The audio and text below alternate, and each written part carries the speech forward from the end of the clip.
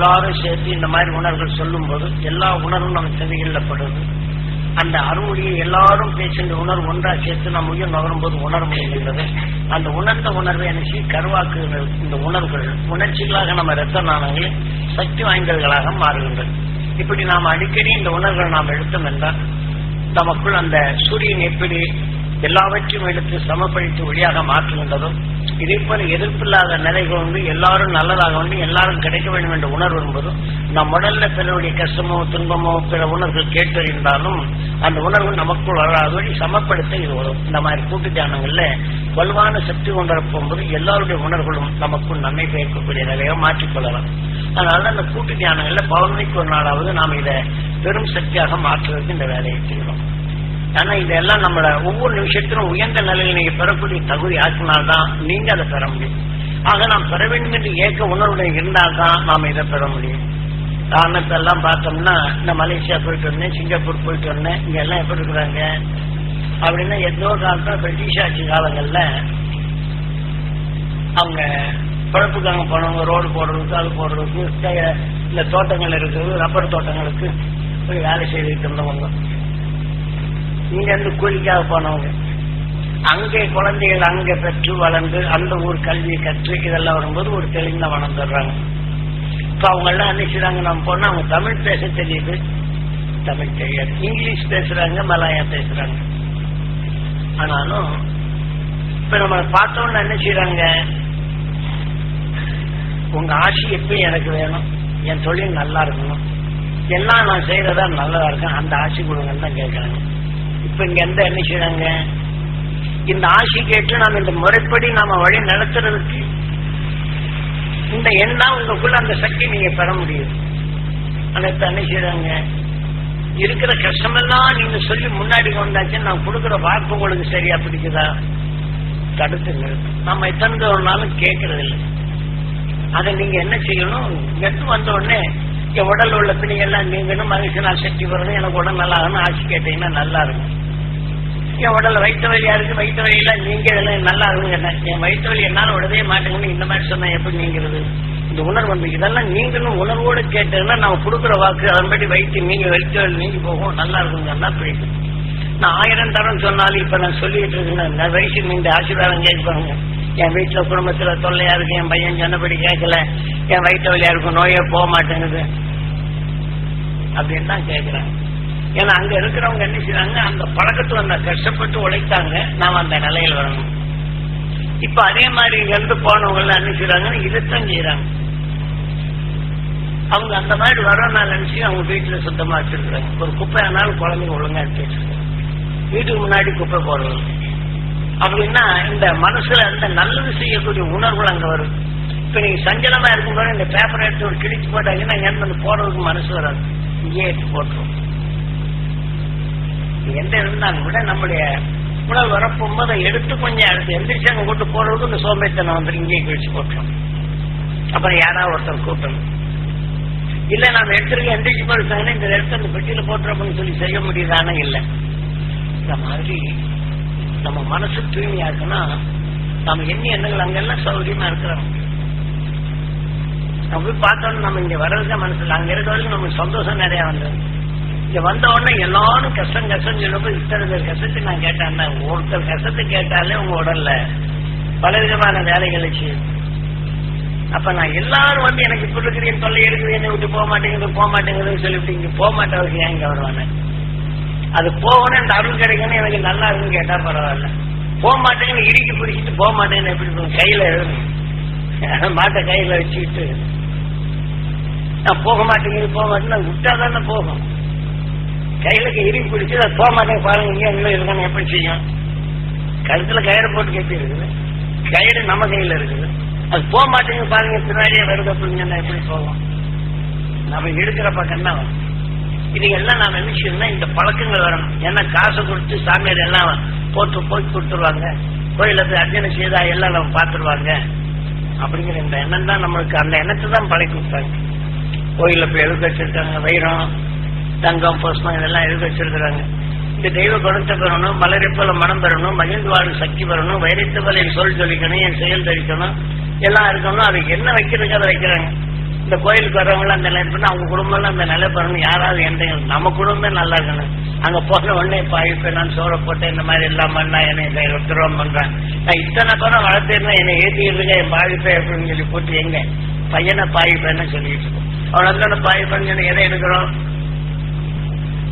அதே சமயத்துல படிகளை வந்து மக்கா இருக்கிறா அப்படின்னு சொன்னா சில காசு செலவழிச்சு அந்த மாதிரி மக்கா இருக்கு. இதைத்தான் நம்ம கோயில போய் எண்ணுறோமே தவிர அவன் நல்லவனா வரணும், ஞானியா வரணும், நல்ல இருக்கணும் அப்படின்னு சொல்லிட்டுதான் என்றமோ. அந்த கோயில் கூடுற இடங்கள்ல நம்ம புனிதமாகக்கூடிய இடமா கோயில் வைக்கணும். அந்த தெய்வ குணத்தை போறோம், பயிரத்து பல சொல் கணிக்கணும், செயல் கழிக்கணும் அப்படின்னு எண்ணணும்.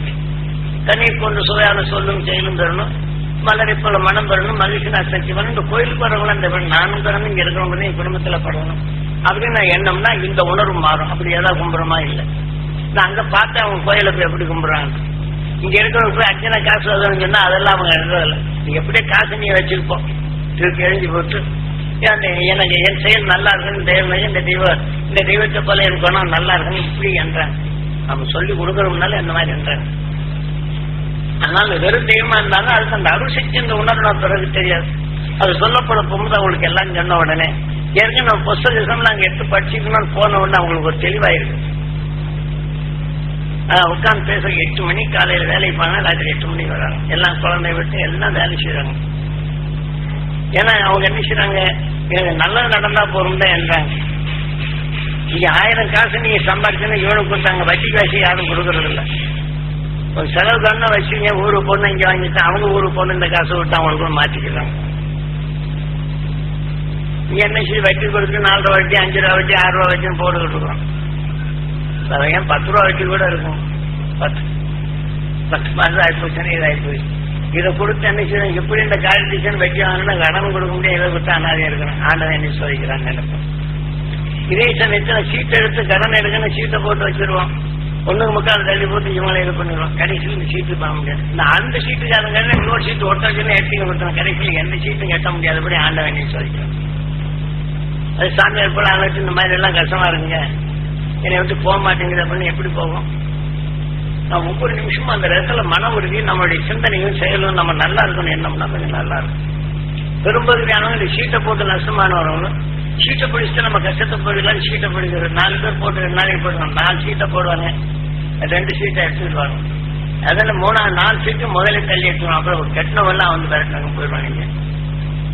இந்த மாதிரி ஏமாத்துற உலகமா தான் இருக்கிறவர நாம நல்ல ஒழுக்கமா இருப்போம், நல்ல பண்போட இருப்போங்கிற அந்த உணர்வை வர்றதில்லை. ஆக இருக்கிற வச்சும் சிறுகு கட்டி பெருகு வாழுங்கிறது இல்லை. ஆக நாம் நினைக்கிறோம் உங்களுக்கு ஆடை கிடைக்கும், பூனை கிடைக்கும், மலை கிடைக்கும், குதிரை கிடைக்கும் சொன்னோம்னா இருக்கிற வட்டி காய்ச்சாலும் சாமியார் போலவங்களுக்கு எல்லாம் காசை கொடுத்து போட்டு அவர் கொடுப்பாரு அப்படின்னா என்ன சொல்லுவோம். நாம உயர்ந்த எண்ணங்களை என்ன நம்ம வருமோங்கிற அந்த எண்ணமே வர்றதில்லை. அதனால இதெல்லாம் நம்ம என்ன செய்யணும்னா உங்க உயிர் ஈசனாக மதிக்கணும். ஞானிகள் சொன்ன உயர்ந்த குணங்களை நாம் எடுக்கணும், வளர்க்கணும். அந்த உணர்வு நமக்குள் பெருக்கணும். நம்ம பார்வை எல்லாரையும் நல்லதாக்கணும். இந்த மாதிரி உணர்வுகளை நம்ம எடுத்து பழகணும்.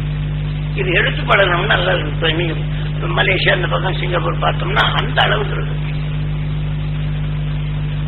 இதெல்லாம் காரணம் அங்க இருக்கக்கூடிய மக்களுடைய நிலைகள் ஊரும் நல்லா இருக்குது, எல்லாம் நல்லா இருக்குது. ஏன்னா மக்கள் அப்படி இருக்கிறாங்க. அதனால நான் அரசுக்கு போறவங்களும் அந்த மாதிரி இருக்கிறாங்க. அங்க அடித்தளத்திலே இன்னைக்கு ஓட்டை போட்டாச்சுன்னா நான் தப்பு பண்ணி விட்டு எம்எல்ஏ எனக்கு உதவி செய்யணும்னு போறோம். தப்பு பண்றது தவறு பண்றது நான் ஓட்டு போட்டது இல்லை. அவங்க கூட எத்தனை சுத்தி அலைஞ்சு அப்படிங்கிற சுத்தி அலைஞ்சிருக்காம நான் தப்பு பண்ணி போடுறது எம்எல்ஏ உதவி செய்யணும்னு போறோம். செய்யலைன்னா அழிவுத்தனம் பண்றாங்கன்னு சொல்றோம். அப்படி 4 பேரும் சூழ்நிலை போய் எல்லாத்தையும் செய்யலைன்னு என்ன போச்சு, மோசமாக்கி போறோம். அவங்க நல்லவள் ஆக முடியல. ஏன்னா ஒருத்தருக்கு செய்தாங்க பாரு, அவங்க வேண்டியவங்க சொல்லிட்டாங்க நம்ம செய்யலாம். எப்படி நாடு நல்லா இருக்கும்னு அந்த நிலையை வந்து எல்லாரும் தாங்கக்கூடிய நிலை இருந்தா நாடு நல்லா இருக்கும். அந்த மாதிரி இருக்கு நாங்க ஊர். அவங்க அதை பற்றி ஒன்றும் பிரச்சனை இல்லை. நாம நல்லா வேலை செய்தோம்னா நாடு நல்லா இருக்கும்னு போறோம். அங்க ஏமாத்துற புத்தி இல்லை. இப்ப நான் மனுஷனும் நம்ம யார்கிட்டயும் பழகிட்டோம்னா அவங்ககிட்ட ஏமாத்தி காசாக தான் பத்துக்கிறோம். அல்ல ஏமாத்தி ஏதாவது ஒண்ணு சொல்லி பிறகுதான் நம்ம கத்துக்கிறோம். அவங்க உயர்ந்த நிலை வேணும், நம்மளுக்கு போதுங்கிற மனம் வேணுங்கிற இந்த நிலையில போறது. நாம எதை என்றுமோ அது உணர்வு உருவாக்கும். அதன் வழியில நமக்கு செயலாகும். அதனால இந்த எதிர்காலம் எப்படி ஆகுது அப்படிங்கிற போது இந்த விஷத்தன்மையில் தான் அதிகமா பரவுது. அந்த விஷத்தன்மையிலிருந்து பரவும். ஏன்னா நாம் மக்கள் எப்படி இருக்குமோ அப்படிதான் இந்த நாடும் அரசும் அப்படித்தான். மக்கள் இருந்து தேர்ந்தெடுத்ததான் அங்க போறது. என் ஆசையை கூட்டி இப்படித்தான் செய்யணும்னு நினைக்கிறோம். நாடு நல்லா இருக்கும் ஒரு நிலையில போயாச்சுன்னா அது நமக்குள்ள நினைச்சு அது நல்லது நடக்கும். அதனால நாம ஒவ்வொரு நிமிடமும் நாடு நலமா இருக்கணும்னா நாம நல்ல ஒழுக்கத்தை நம்ம கடைபிடிக்கணும். ஒருத்தர் தீங்கு செய்யறது முதல்ல தடைப்படுத்தி பழகணும். நமக்குள் தீங்கான உணர்வு வராத பழகணும். அருணர்வு எனக்குள் தரணும். இந்த நாடு நல்லா இருக்கணும். இந்த எண்ணங்களை நாம எண்ணி பழகணும்னா நாமும் நல்லா இருப்போம், நம்ம வீடு நல்லா இருக்கும், நம்ம ஊரும் நல்லா இருக்கும், நாடும் நல்லா இருக்கும்.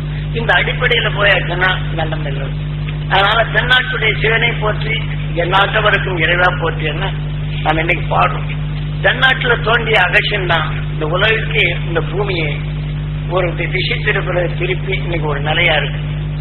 ஆகவே இதே திசை திருப்பி நிலையா இருக்கும்போது விஞ்ஞான அறிவால் இன்னைக்கு பூமியை திசை மாறுற நிலைமைக்கு வந்தாச்சு. ஆனா ஒரு பக்கம் அணுகுண்டுகளும் மற்றவை எடுக்கும்போது அந்த பக்கத்தில் மேகங்கள் கூட்டம் அதிகமாகுது. அப்ப அதை எடை அதிகமாச்சுன்னா பூமி திரும்பக்கூடிய நிலையை வருது. அதே சமயத்துல ஓசாந்தர் இன்னைக்கு விஷத்தன்மை இங்க பரவுது. ஆக கடல்கள் பெருகுது. கடல்கள் பெருக போகும்போது நிலங்களும் மாறும். ஆக மனிதனுடைய நிலைகளும் மாற்றமாகுது. ஆக இருக்க நாம சுருங்கிட்டே போறோம். ஜனப்பெருக்கு அதிகமாகுது. ஆக நிலங்கள் குறையுது.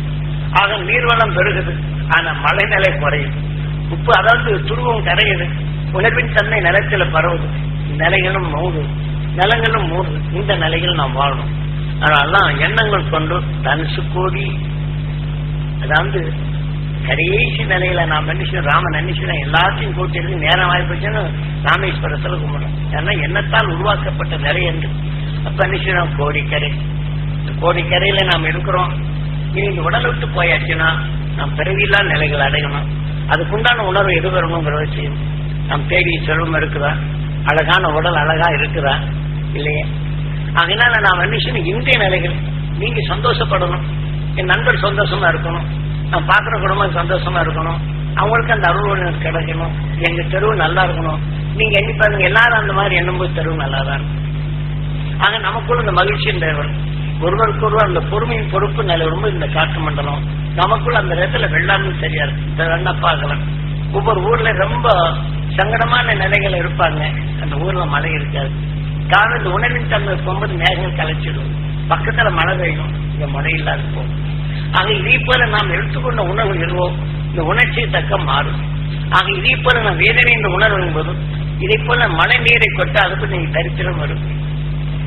போற இதுல ஒவ்வொரு நிமிஷமும் சில உணர்வுகள் மாறுவதனாலதான் இன்னைக்கு மழை நீரும் இல்லாது போகுது. இதனால நாம ஒவ்வொருத்தரும் நம்ம ஊரு நல்லா இருக்கணும், நம்ம ஊரு நாடு நல்லா இருக்கணும் அப்படின்னு இந்த எண்ணங்களை முழுமையை பார்க்கணும். நாட்டுல வாழ்ற யாரு நாம தானே. இதுல ஜாதி அனம் மொழிங்கிற வகையில போட்டு ஜனபேதங்களை வச்சு வளர்த்து நாம சண்டை போடும்போது என்ன செய்யுது, இந்த உணர்வுகள் மேகங்களும் கலைக்க செய்யுது.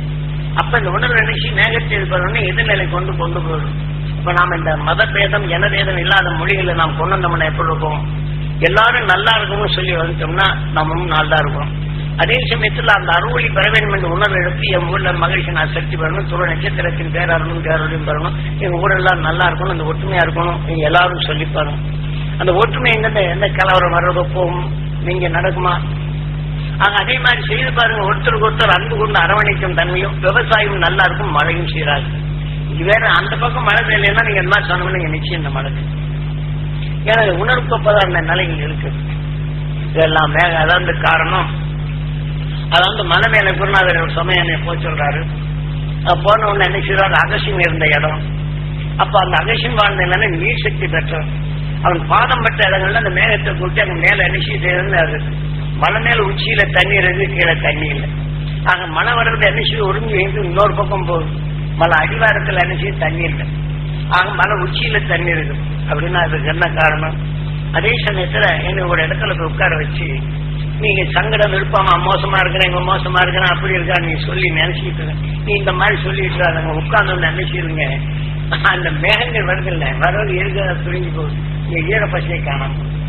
ஆக அந்த மனிதனுக்குண்டான உணர்வுகள் எப்படி விலகுது, ஆனா மனிதனுடைய நிலைகள் எப்படி இருக்குது இதெல்லாம் தெளிவா காட்டுறாரு. ஏன்னா அறிந்து காடு மேடெல்லாம் அழிஞ்சோம். இதை நீங்க பெறணும். இன்னைக்கு விஞ்ஞான உலகத்துல உலகம் ரொம்ப மோசமா போயிட்டு இருக்குது. இப்ப கூடுமானது நாம் எந்தெந்த ஊர்ல இருக்கிறோமோ இதெல்லாம் நல்லா இருக்கணும். நீங்க எடுத்துக்காட்டா விளையும். அந்த விளங்கி நீங்க என்ன செய்யும், ஒவ்வொருத்தருக்கும் இது நீங்க நல்லா இருக்கணும், அவங்க வீடு நல்லா இருக்கணும், அவங்க குடும்பம் நல்லா இருக்கணும், நீங்க எண்ணி பாருங்க. உங்க உடலும் நல்லா இருக்கும், உங்க குடும்பமும் நல்லா இருக்கும், உங்க தொழிலும் நல்லா இருக்கும். ஆக நம்ம நாடு, நம்ம ஊரு தெருவு நல்லா இருக்கணும், எங்க ஊரு நல்லா இருக்கணும், நம்ம தமிழ்நாடு நல்லா இருக்கணும். ஆக நம்ம தமிழ்நாட்டு மக்கள் தான் மற்றவங்க நல்லது செய்யக்கூடிய அந்த பண்பு. இது பிரிச்சிடக்கூடாது, வட இந்தியா அந்த இந்தியா இந்த இந்தியான்னு தெரியக்கூடாது. ஆக நம்ம உலகம், நம்ம நாட்டு மக்கள் எல்லாம் அந்த நிலையை பெறும். இங்க படிப்படியா நீங்க கொண்டு போய் பாருங்க. ஆக இதை என்ன உலகத்தை நம்ம காக்கலாம். அதான் நம்ம நாடு தான், அதாவது தமிழ்நாடு தான் காக்க போகுது. எல்லா இடங்களும் நீங்க பார்க்கலாம், பூகம்பம் அது எல்லாம் நிறைய வந்துருக்கு, சேதாரத்தை நிறைய வந்துருக்கு. நம்ம தமிழ்நாட்டில ஏதோ சேதாரம் ஜாஸ்தி ஆயிடுதோ, ஏன் வரல? குடும்பம் ஜாயத்துக்கும் தர்மத்துக்கும் இது பண்ணது இருந்தாலும் அதர்ம வழிகள்ல அதிகமா இல்லை. ஆக அதர்ம வழிகள் அதிகமா இல்லாதனால உணர்வின் தன்மை இப்படிதான் உனக்கு ஒருத்தர் திட்டாங்க அப்படின்னு அந்த இறக்கம்ங்கிற ஈகை வந்து பண்படும். மற்ற இடங்கள் அந்த இறக்கம் என்ற நிலைகள் இல்லை. அதனால இதை போன்ற நிலைகள்ல நாம் தென்னாட்டில் தோன்றிய ஞானிகள் உணர்வுகளை நாம் உலகம் முழுவதும் பரப்பணும். நம்ம முதல்ல பெருக்கினாதான் நம்முடைய உணர்வு இங்க பரவும். ஆக நம்ம நாடு நல்லா இருக்கணும், இந்த நிலைகளை பெறணும். அதனாலதான் நம்ம குருநாதர் காட்சி அறுவடையே நாம் ஒவ்வொருவரும் கஷ்டங்கிறத தூக்கி எறிஞ்சிட்டு அறுவடை எனக்குள் படணும். எங்க ஊர் நல்லா இருக்கணும், எங்க வீடு நல்லா இருக்கணும், என் பிள்ளை நல்லா படிக்கணும், அவன் அருஞானி ஆகணும் அப்படின்னு சொல்லிட்டு நீங்க இதை எண்ணிட்டு வந்தீங்கன்னா இந்த அருவுணர்வு அங்க நல்ல முறையில் பெருக்க முடியும். இதை நம்ம பழக்கி கொண்டாடணும், அந்த வழியை நம்ம தேடப்பிடிச்சாலும். அதனால ஒவ்வொருத்தரும் இந்த உண்மையின் உணர்வை நாம் உணர்ந்து அந்த அருஞானத்தை பெறும்.